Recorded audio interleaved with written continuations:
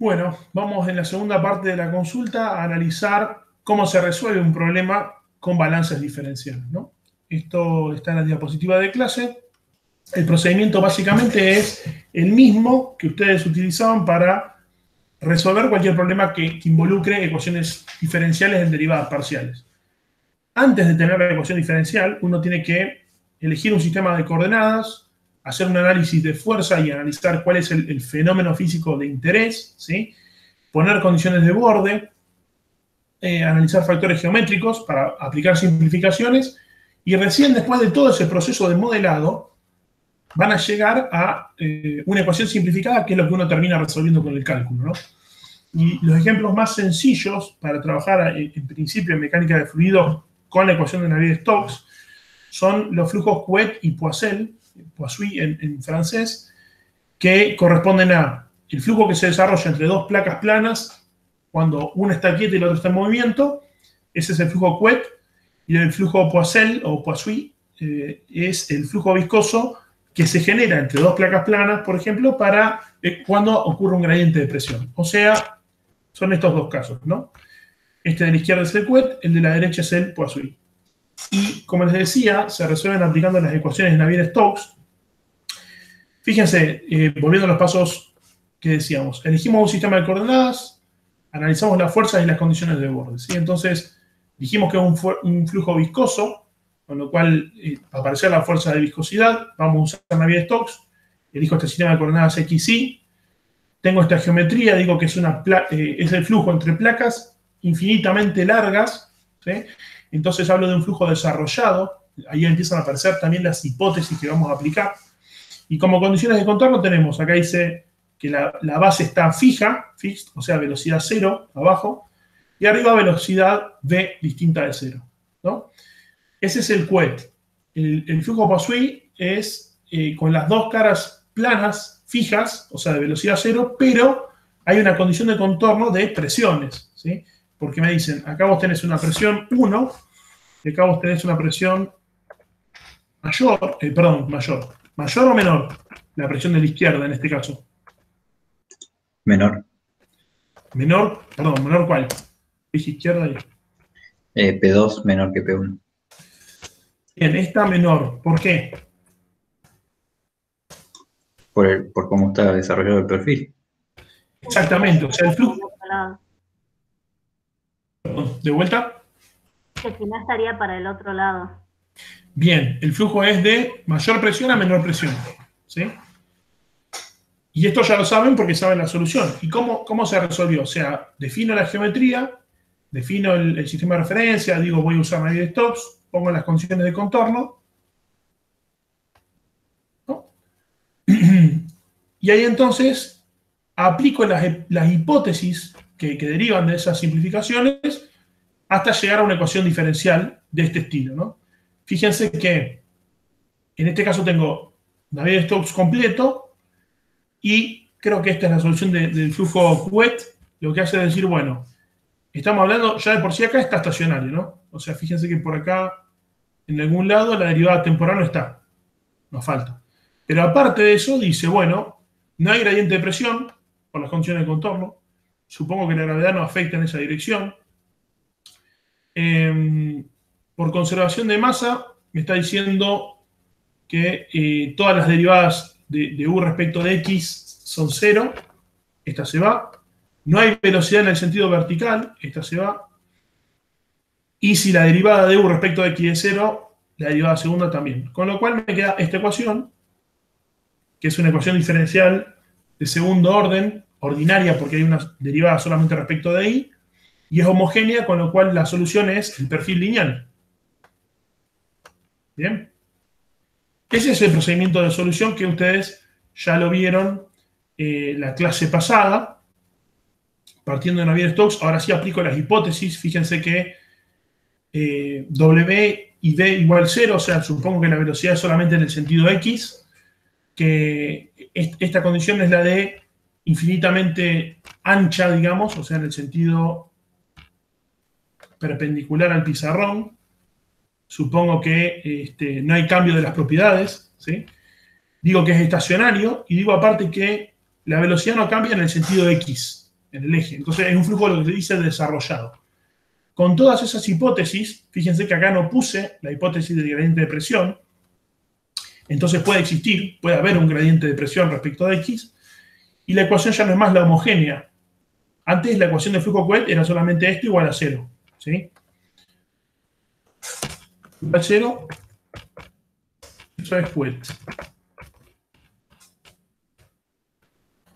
Pero si tenemos un gradiente de presión, tenemos otra solución a la ecuación diferencial no homogénea.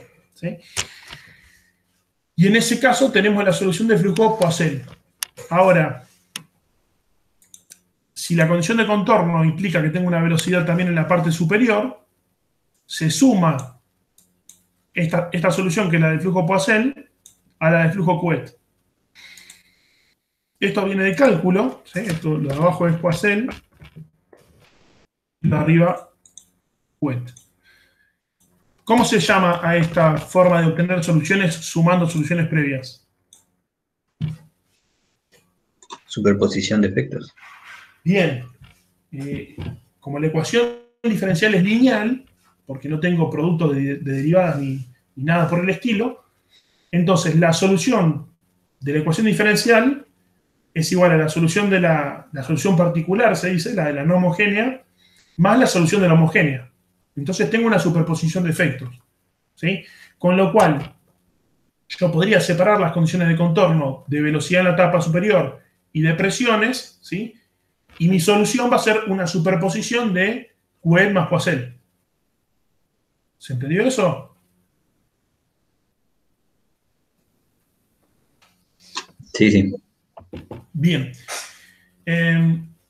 Y entonces tengo superposición de efectos porque la ecuación diferencial es lineal, ¿sí? Puedo sumar las soluciones. Si encima fuese homogénea, entonces no tendría esta solución dado por el término independiente, que hace que la ecuación no sea homogénea, y podría sumar cualquier perfil lineal de velocidad, ¿no? En función de las condiciones de contorno. O sea, va a haber una única solución dependiendo de cuáles son las condiciones de contorno. Ahora, otro problema que también ya vieron es el de flujo laminar estacionario en una tubería cilíndrica, ¿sí? Sometida a un gradiente de presiones. Entonces, la diferencia acá es que la geometría no es más una placa plana infinitamente larga, sino que ahora es un tubo cilíndrico. Entonces, la simetría que tiene este problema es distinta a la anterior y tengo que usar un sistema de coordenadas diferente, ¿sí? Este, que es un sistema de coordenadas cilíndrico, expresa todas las derivadas en términos de un sistema de coordenadas R, teta, z. ¿Sí?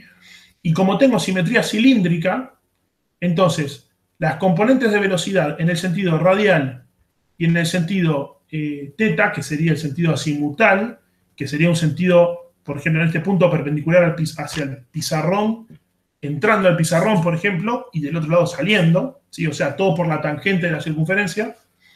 Bueno, la hipótesis es que esas dos velocidades son cero por la simetría del problema, ¿sí? Aparte, tengo esto que es la condición de no deslizamiento, que ya charlamos sobre eso. Bien. Esa es la hipótesis 2, que ya no es una hipótesis, sino que es una condición de contorno. Fíjense que actúa en un radio R. La tercera hipótesis es flujo desarrollado. A ver si puedo escribir. Bueno. ¿Se entiende por qué flujo desarrollado? Esta hipótesis me dice que la velocidad z, que es la única que hay, con respecto al eje z, que es este vertical, no cambia, es cero. O sea que el perfil de velocidades es igual en esta sección que está tomando acá abajo, en otra sección acá arriba, ¿sí? En otra sección acá entre medio. En todas tiene el mismo perfil de velocidades. Si las secciones fuesen rectas, ¿no? Me olvido que está este. Ahí está. Entonces tenemos, primero las simetrías, son hipótesis. Lo segundo es una condición de contorno. Lo tercero es también una hipótesis, podríamos decir que es una simetría plana, ¿sí? Después analizamos un caso particular de gradiente de presión constante y pasamos a la ecuación y empezamos a tachar los términos que se cancelan, ¿no? Consideramos el estado estacionario, entonces este término es 0. Por la simetría cilíndrica, UR y UT son 0, estos dos son 0, ¿sí? Fíjense que acá habla de simetría plana cuando aparece la derivada de UZ respecto de Z. Entonces, los dos términos tachados con amarillo se cancelan por esa simetría, que es la de flujo desarrollado. Y suponemos que la gravedad es despreciable o que es perpendicular en este sentido, ¿sí? Y ahí aparece que el gradiente de presión, que acá lo pongo como G, va a ser igual al único término que subsiste, que es este de acá, ¿sí? 1 sobre R por la derivada de R respecto, perdón, por la derivada respecto de R de esta derivada de la velocidad en el eje del tubo, la UZ. Y fíjense que ya la solución de Poiseuille, ¿qué era? A ver, este perfil que está acá, ¿qué tipo de figura, de ente geométrico es? Una parábola. Perfecto, esto es una parábola, ¿sí? Y el de acá abajo, el de Hagen-Poiseuille, ¿esto? También. No, esto en el espacio. Ah, un paraboloide. Bien, bien, es un paraboloide, o sea, es la parábola, pero con simetría cilíndrica. Y en el caso de las placas planas, es una parábola, pero en realidad es como si fuese no un paraboloide, sino como un cilindro parabólico, ¿sí? Tiene simetría plana. Entonces, fíjense cómo la geometría define el campo de velocidades, ¿sí? Que es algo que charlamos en la primera parte de la clase, con las líneas de traza y demás. ¿Por qué? Porque la geometría define las condiciones de contorno y las condiciones de contorno definen mi solución a las ecuaciones de Navier-Stokes, ¿sí? Acá está la solución paso por paso. Esto ya lo conversamos lo venimos hablando desde el módulo 2, ya desde el módulo 1 también en realidad. Lo que tiene interesante es que una vez que saqué el campo, o sea, esta es la solución general de la ecuación diferencial de acá abajo, ¿sí? O sea, dada esta ecuación diferencial, fíjense que aparece de nuevo, es lineal porque no hay productos de derivadas, ¿sí? O sea, hay una derivada de otra derivada, pero no hay productos de derivadas ni de las variables. Entonces, en una ecuación lineal, la solución que se puede obtener de forma analítica es esta, integrando, ¿sí? Pero acá aparecen C1 y C2 que van a estar definidos por las condiciones de contorno, ¿no? Cuando uno aplica la condición de contorno de no deslizamiento en R chiquito igual a R grande, y dice en el eje tiene que ser acotada la solución, si en el eje es acotada, no puede haber logaritmo, ¿no? Porque el logaritmo de 0, ¿cuánto es?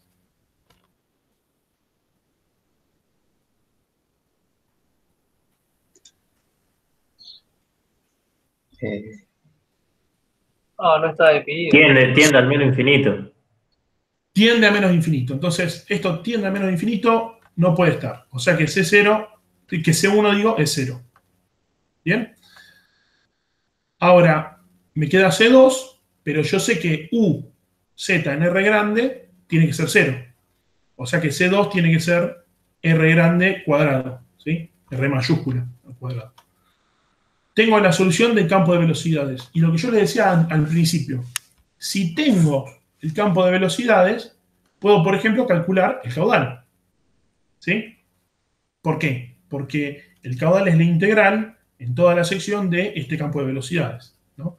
Acá la integral de área la paso a una integral en el radio, porque yo sé que el área de cada anillo de estos, dado por un R, va a tener una velocidad fija, ¿sí? Entonces, para cada anillo de esos, integro y obtengo el caudal como la diferencia de presión en el tubo dividido el largo, dividido 8 veces la viscosidad por R a la cuarta, ¿sí?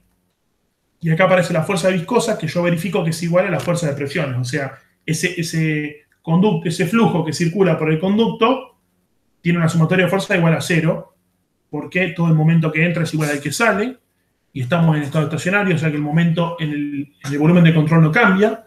Y fíjense cómo verifiqué el balance integral a partir de la solución del balance diferencial, ¿sí?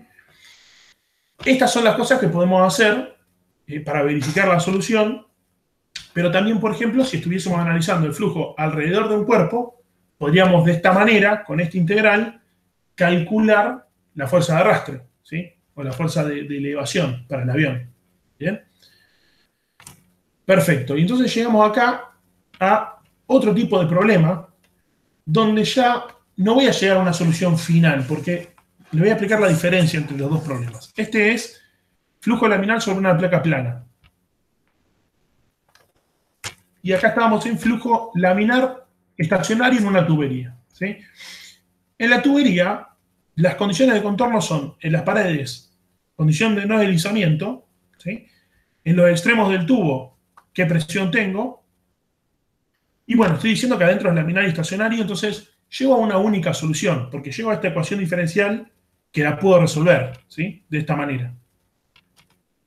¿Qué pasa cuando considero el flujo laminar sobre una placa plana?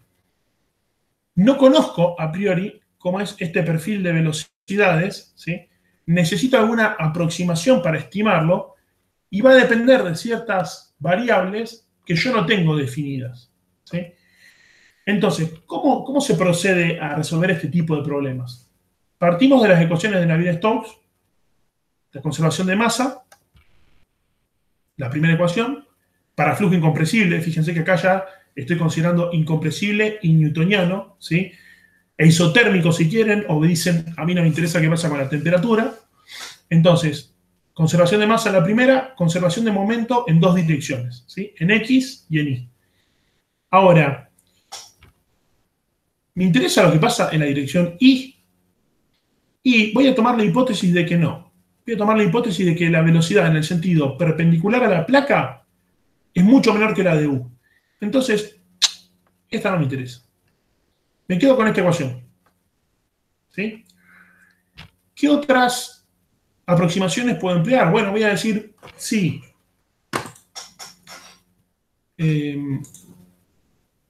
Si lo que me interesa es lo que pasa a lo largo de la placa plana esta que está acá, entonces las derivadas en el sentido perpendicular a la placa no me interesan mucho. O sea, lo que cambia es el comportamiento a lo largo de la placa. El comportamiento en el sentido X, eso es lo que me importa. El comportamiento en el sentido Y, este no me importa demasiado. Voy a decir que, perdón, error de conceptual grave. Al revés. Lo que yo digo es, cambia mucho más lo que pasa en el sentido vertical que en el sentido horizontal. La placa es muy larga, entonces, ahora sí, la velocidad cambia mucho menos en este sentido. Otra vez.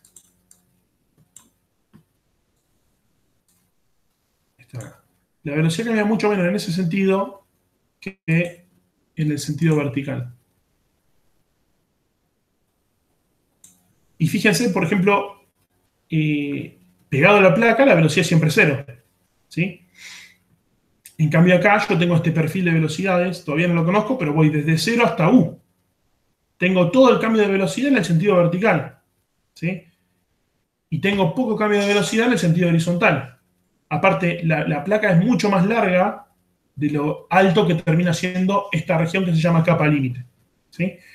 Entonces, ¿cómo se encara este tipo de problemas? Uno dice, bueno, voy a hacer estas aproximaciones de qué es lo que pasa en el flujo en esa región, qué es lo que me interesa resolver. Voy a decir que la velocidad en el sentido vertical es mucho más chica, que la variación significativa es en el sentido perpendicular a la placa. Y si pasa eso, el gradiente de presiones, voy a decir que está definido por el flujo externo, U. ¿Y cómo cambia este U en el espacio? Fíjense que acá hay como un U de X, ¿no? Si U fuese constante, esta derivada es 0, entonces este gradiente de presión es 0, ¿no? Con lo cual, acá aparece el problema. Porque yo, si no sé a priori cuánto vale U afuera, no puedo saber cuánto vale la presión adentro de la capa límite, ¿sí? Entonces, una vez que aplico todas estas aproximaciones, no tengo una ecuación diferencial que ya puedo resolver y listo, ¿sí? Tengo otro conjunto de ecuaciones diferenciales, que es este de acá abajo, donde la ecuación de cantidad de conservación de masa no cambió nada, pero la ecuación de momento lineal es un poco más sencilla, ¿sí? ¿Y cómo sé que es más sencilla? Bueno, cambié la presión, ya no depende más de la presión. Ahora no tengo que resolver cómo es el campo de presiones adentro, sino que tengo este término que es un parámetro que tengo que definir desde antes, ¿sí? Y aparece este otro término, que es una forma de representar los esfuerzos viscosos, ¿sí? En función de si el flujo es laminar o turbulento. O sea que aparece otro modelo más. Con lo cual estoy en un paso intermedio, ¿sí? O sea, no es tan difícil como la ecuación de Navier-Stokes, pero tampoco lo puedo resolver porque me falta definir si tengo flujo laminar o turbulento, cuál es la velocidad del flujo externo, ¿bien? Entonces, esto es otro modelo matemático, que es el modelo matemático de placa plana, ¿sí? ¿Y por qué es interesante e importante? Porque, no sé si llegan a ver este gráfico.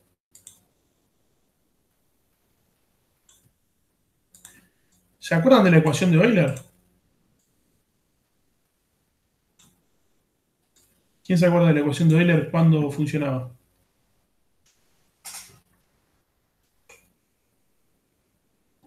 Cuando despreciás el término de la fuerza viscosa, digamos. Perfecto. Entonces, la ecuación de Euler es para flujo no viscoso, ¿sí? Y la ecuación de Navier-Stokes es para flujo viscoso. Ahora, si yo tengo flujo no viscoso, entonces no puedo poner la condición de no deslizamiento, ¿sí? Porque si no hay viscosidad, no hay forma de que el aire, por ejemplo, en este caso el aire, vaya pegado a la placa sólida, ¿sí? No hay manera. Si no existe la viscosidad, no hay forma de que el sólido genere un esfuerzo de corte sobre el flujo. ¿Bien? Pero bueno, la ecuación de Euler es mucho más fácil de resolver. Ahora, la ecuación de Navier-Stokes es más difícil porque tiene el término este viscoso y entonces tengo el término no lineal y el viscoso. Lo tengo que compensar y es más difícil de resolver, pero me permite aplicar la ecuación de no deslizamiento, ¿no? Estaría buenísimo que de alguna forma podamos considerar Navier-Stokes cerca de la placa, donde los esfuerzos viscosos son relevantes, y Euler en la parte exterior, donde el flujo no está muy afectado por el sólido, ¿sí? La forma de hacer eso, de usar ecuación de Euler en la parte externa lejana y ecuación de Navier-Stokes en la parte pegada a la placa plana, es la aproximación de capa límite, ¿sí? Y esa aproximación de capa límite es justamente lo que está dado en este caso de placa plana con este modelo.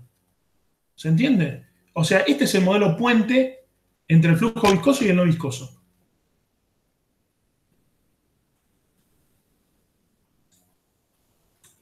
Bien. Profe, ¿de dónde sale esa? Yo no entendí de dónde sale el término ese menos densidad por U, por la velocidad, por la derivada de la velocidad con respecto a aquí, ese que tenés ahí. Este de acá. ¿Y por qué igualás la diferencia, la variación de presión en X y en Y con eso? Bien, perfecto. Si yo tomo en la parte externa a la capa límite, o sea, fuera de este volumen de control, donde ya la velocidad es esta U de arriba. La velocidad en el sentido B es 0. Me voy a ir acá arriba con azul y borro. Vamos a la ecuación X de Navier-Stokes, ¿sí? Pero afuera de la capa límite, ¿sí? Afuera donde no hay viscosidad. ¿Qué pasa si no hay viscosidad? En esta ecuación. Te queda que... Desaparece el término común. Este se va. El término común se va. ¿Bien? Después, el flujo acá afuera tiene componente solamente en el sentido horizontal. ¿Sí? No hay componente en el sentido vertical. O sea que este término, que tiene la B, también se va. ¿Sí? Y la U... Claro, está bien. Y U chiquita igual a U grande. Exactamente. ¿Sí? Entonces, esta ecuación de acá es la ecuación de Navier-Stokes en la parte externa del flujo. ¿Sí? Claro, está bien, es como que ya digamos, ya resolvió, ya le puso una... Por eso no entendía, ya cambió la U chiquita por la U grande. Perfecto. Claro. Que tiene que ver con esto que les dije recién al final. Afuera estoy tomando la ecuación de Euler y adentro estoy tomando la ecuación de Navier-Stokes. Porque afuera estoy diciendo que la viscosidad es 0. Y como afuera la viscosidad es 0, adentro la diferencia de presión tiene esta forma. En función del flujo de Euler de afuera. ¿Sí? ¿Franco? Sí, perfecto, ya entendí, perfecto, Bien, gracias. genial. El resto, también, si tienen alguna duda, es buen momento para plantear. Bien. 1:15 ya. Voy igual a acelerar un poquito más con esto de flujo de ecuaciones de Euler, que tiene que ver con flujo irrotacional o flujo potencial, porque está relacionado también a algo que preguntó Franco al principio y ya me olvidé, me lo va a recordar al final. Entonces, definimos vorticidad, ¿sí? Antes de arrancar, y ahora les voy a explicar por qué. La vorticidad es un medio de esta operación, que justamente es el producto vectorial del operador nabla con la velocidad. O sea que en realidad es el rotor de la velocidad, ¿sí? Y acá tiene la expresión vectorial, hay una forma de escribirlo como producto de tensores. No voy a profundizar en esto. Esto es el rotor del campo de velocidad. Entonces, decimos que un flujo es irrotacional cuando el rotor del campo de velocidad es nulo, ¿sí? Y justamente en el problema anterior, como decíamos, en la parte de afuera de la capa límite, que es esta región afectada por la viscosidad, acá afuera no hay esfuerzo viscoso de corte.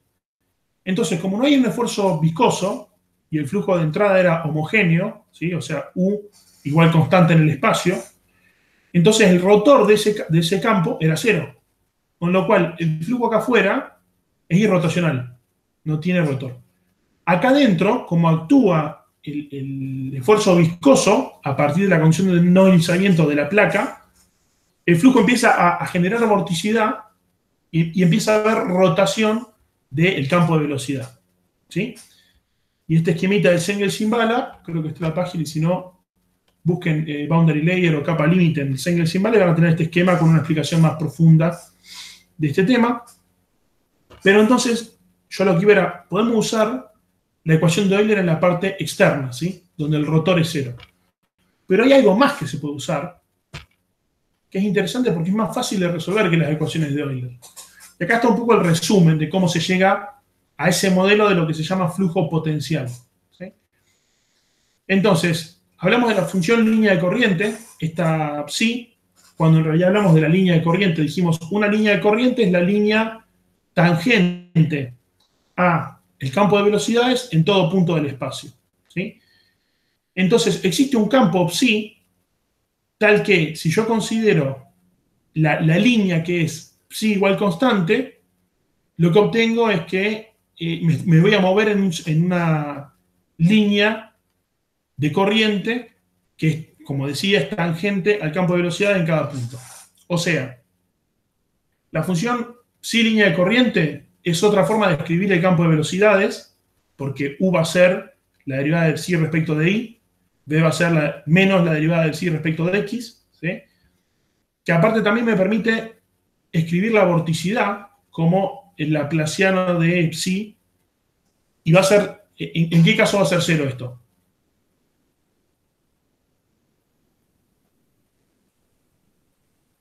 Cuando soy rotacional. Bien, como por ejemplo, Arriba de la capa límite. bien, vamos en línea.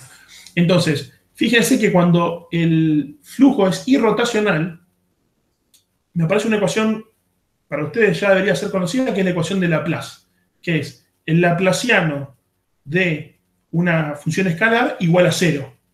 ¿Sí? Eso con la línea de corriente, con la función línea de corriente, que es otra forma, como les decía, de escribir el campo de velocidades, ¿sí? Y esto en un caso 2D siempre se puede definir y es fácil. Y está bueno porque me da una definición matemática de la línea de corriente, de nuevo en un caso 2D, en función de una isolínea, o sea, de una línea donde un campo escalar es constante. Pero ¿qué pasa? Esto Está bueno para el caso 2D, pero para cuando uno va a un caso 3D se complica un poco. Ahora, cuando un flujo es invícido, estoy yendo, déjenme que llevo a flujo potencial. Bien, ¿qué pasa? Cuando un flujo es invícido, o sea que es irrotacional, e incompresible, si es incompresible, ¿qué pasa? Se cumple la primera ecuación. La divergencia de la velocidad es cero, ¿sí? Y aparte, el rotor de la velocidad también es cero, con lo cual la velocidad tiene que ser igual al gradiente de un campo potencial, ¿sí? Fíjense que no es este phi no es igual al psi. Este phi, que es el potencial, no es la función línea de corriente. ¿Por qué? Porque acá, fíjense, que si yo lo defino así, U es igual a T phi respecto de X, ¿sí? Y B es igual a D phi respecto de Y. Son derivadas parciales, ¿no? Pero me parece que se entiende. O sea, es un campo potencial distinto, es otro escalar, no es la función línea de corriente. La ventaja es que en el caso incompresible, invícido, llego de vuelta al laplaciano, ¿sí? Y el laplaciano tiene la ventaja de que también es una ecuación lineal y homogénea. Entonces, como es lineal y homogénea, va a valer la superposición de efectos. O sea, cualquiera de estos campos potencial, U por X o M por el logaritmo natural de R, que implican o que generan con estas dos definiciones estos dos campos de velocidad, ¿sí? Como los dos son soluciones de la ecuación del laplaciano, ¿sí? De la ecuación de Laplace, entonces la suma de los dos también es solución, ¿sí? O el producto de uno por una constante también es solución. O sea, lo que se dice combinación lineal de soluciones de la ecuación de Laplace es solución de la ecuación de Laplace. ¿Y esto por qué es importante? Porque durante mucho tiempo los cálculos de aerodinámica se hacían justamente con este principio de superposición, tomando potenciales φ1 y φ2 que cumplan las condiciones de contorno del problema en distintas regiones del espacio, ¿sí? Por ejemplo, tomo el potencial φ1 que corresponde al flujo uniforme en la región lejana, ¿sí? Y le sumo otro potencial φ2, tal que justo en esta línea celeste la velocidad me dé cero, ¿sí? O sea, el gradiente de φ1 más φ2 en esta región me da cero. Y ustedes me van a decir, pero eso es matemático, no me sirve para nada. Bueno, depende. ¿Qué es esta línea celeste? Puede ser la superficie externa de la capa límite de un avión. Entonces, de esta forma, yo podría calcular el flujo potencial alrededor de un avión, ¿sí? Simplemente sumando potenciales conocidos, el de flujo uniforme y en este caso el de una fuente, ¿sí? Esto es un resultado que ya está muy estudiado, que es el semicuerpo de Rankine, ¿sí? Y de hecho creo que en el White hay un ejemplo con dimensiones de 4 metros, 2 metros y medio. Cuando no existían computadoras y no podíamos hacer CFD y no podíamos resolver las ecuaciones de Navier-Stokes completas, ¿sí? Numéricamente, había que hacer los cálculos a mano. Y el enfoque para hacer el cálculo de flujo incompresible e invícido era este de flujo potencial, ¿sí?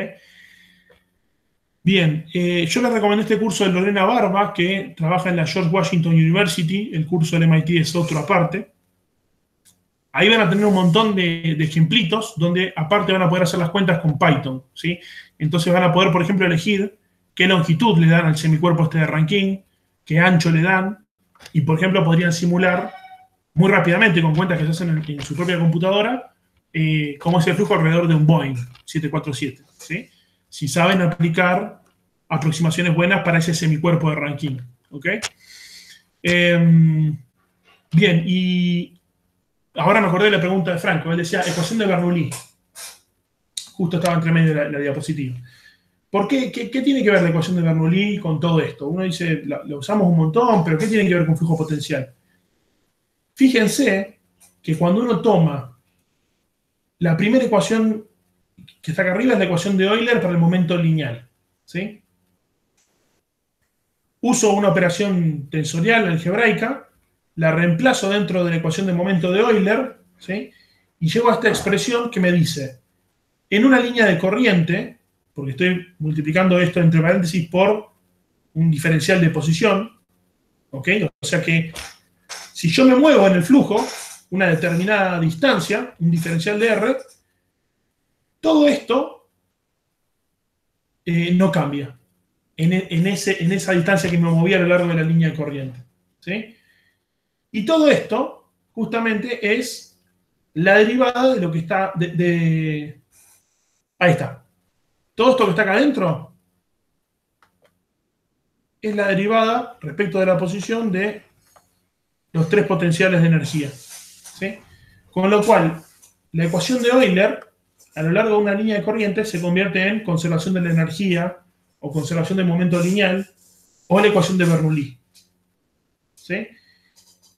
O sea, volvió a aparecer, porque ya había aparecido varias veces. La sacamos con, justamente, el balance integral en una línea de corriente infinitesimal, ¿sí? Muy finita. La sacamos también con el balance de energía en esa línea de corriente. Y ahora acá, con el balance diferencial de flujo invícido, considerando qué pasa a lo largo de una línea de corriente, volvemos a obtener la ecuación de Bernoulli, ¿sí?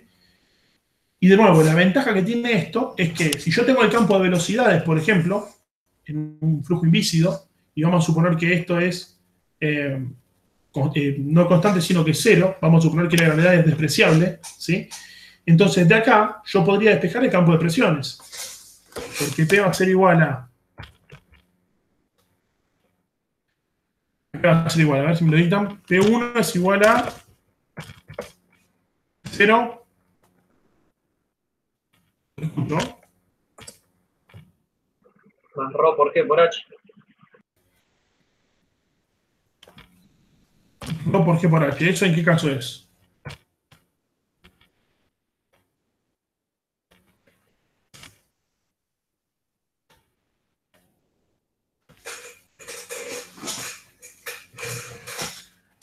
Escribir H distinto.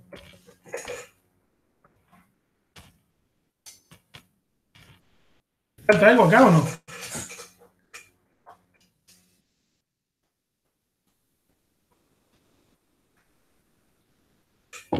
Diga, pero si es cero. No, iba a decir que ese era el caso hidrostático, está bien. Bien, claro, exactamente. O sea, si estamos en hidrostática, está bueno porque vamos también haciendo que sean, digamos,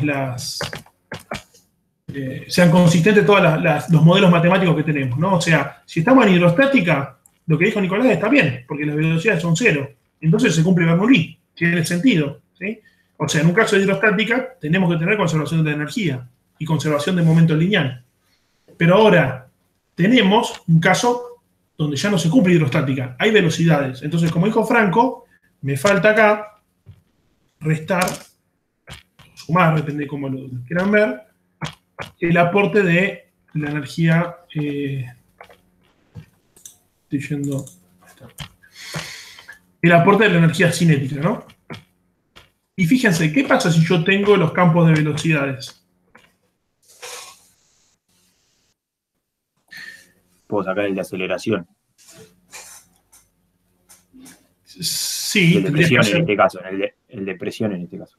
Bien, bien, o sea, esta expresión que yo escribí, P1 igual a P0 más esto que es la diferencia de energía cinética, perdón, de energía potencial gravitatoria, más la diferencia de energía cinética y me da la presión, ¿sí? En el punto 2. O sea que con el campo de velocidad y la posición y una presión de referencia, calculo la presión en cualquier otro punto del dominio, ¿sí? Claro, o sea, saco el campo de velocidad con Laplace y después con Bernoulli saco el de presión. Así, eso sería más o menos. Exactamente, sí. Es una herramienta más que podemos usar. En el caso de que se cumplan las ecuaciones de Bernoulli, ¿no? O sea, las hipótesis. Flujo invícido, no hay fuerzas no conservativas, estamos en estado estacionario, porque si no, acá tendría que haber también un término de derivada temporal. Fíjense que acá aparece, ¿sí? Pero bueno, de nuevo, lo lindo de Bernoulli es que estas ecuaciones son algebraicas, son bastante sencillas, ¿no? Y no tengo que resolver otra ecuación diferencial para sacar el campo de presiones. Directamente con el campo de velocidades, dada una posición, calculo el campo de presiones. ¿Sí? Bien, cortamos acá.